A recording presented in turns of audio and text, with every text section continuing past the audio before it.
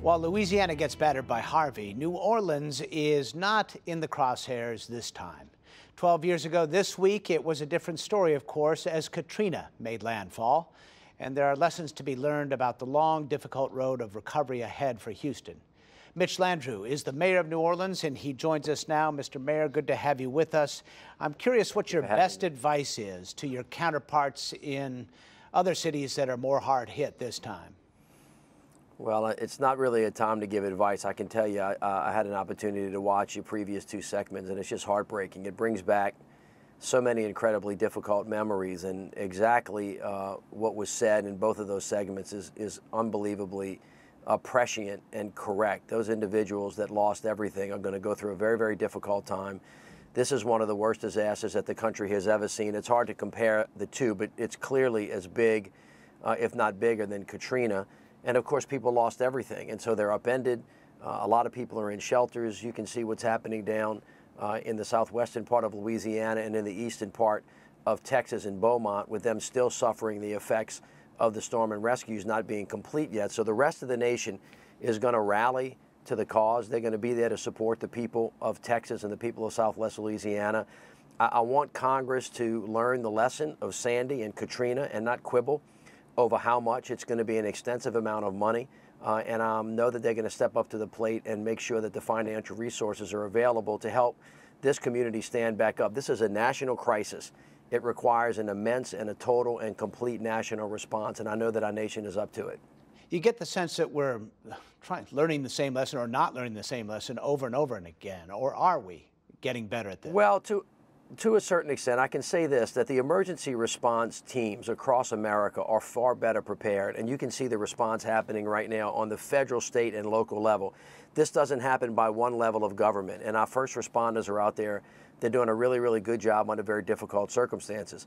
There are very few, actually, there are no cities in America that can prepare adequately for a Category 4 storm that drops 50 inches of water in a short period of time. It's just not possible.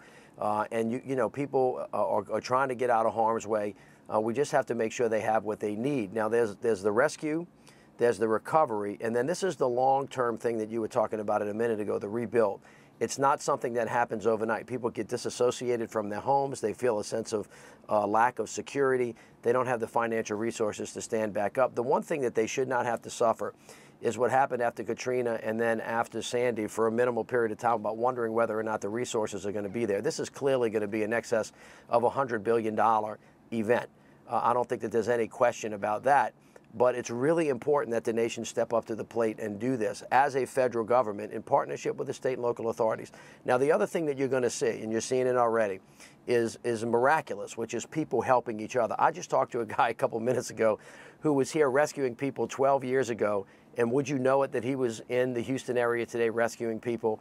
John Besh and our chefs are over there feeding people. Our firefighters are there. Of course, this is happening from all over the country, and it's miraculous to watch the people of America come together in difficult times where it's clear that we're all in the same boat. And I think the lesson to be learned is we ought to be that way all the time, and we would all be the better for it. It is quite literally a two-way street. I remember Houston's help of New Orleans 12 years ago. You know, we're in the acute phase, as it were, of this crisis. A lot of attention, a lot of focus. As the media turns its attention elsewhere, as we all get on with our lives, that can be the hardest time for the victims, right? Well, there's no question about it. I mean, hopefully in a reasonably short period of time, everyone who can be rescued will be rescued. Unfortunately, there will be more deaths because there are people that have not yet been found.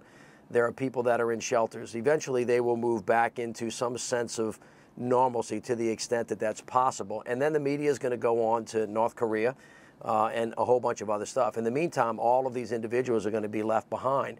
And we have to make sure as a nation that we don't leave them behind, that we get them the resources that they need. On top of that, the economic picture is that Houston and Beaumont and Lake Charles, Louisiana are the hub of the nation's national security because of our energy policies. So just economically, we have to do it. So I'm hoping that Congress has learned the lesson. I think they have, that we don't really have to quibble about this. This shouldn't have any impact on the debt ceiling. We should just kind of get through this. This is going to cost the nation a lot of money. It's an investment that is well worth it. All of these communities are important to the United States of America, and we ought to all lift up all the individuals that are going to be hurt. It would make it easier for them to come back. But this is not a handout. It's just a hand up, and it's a part of who we are as Americans. You know, one of the lessons of Katrina, I think, was that, you know, people have a hard time moving forward after these situations. And part of that is being prepared in advance. Do you think that that lesson has been well learned? Well, I think we're better. I think we're better at it. Unfortunately, a lot of times folks, you know, just don't listen. Sometimes folks do, and even when they do listen, you get overwhelmed by a storm like this. But it really is important to understand that you can't guarantee that people are not going to get hurt. What we have to do is be prepared and try to engage in what they call risk reduction strategies and how we build back, where we build, and things of that nature. Then, of course, you get into the emergency response, which is far superior. I think everybody can watch it on TV. This is something that has taken a long time to develop amongst the emergency responders across the country. There's better command and control, better communication, better coordination, and this is a good effort. However, you can see how easy it is for a city to be overwhelmed by Mother Nature.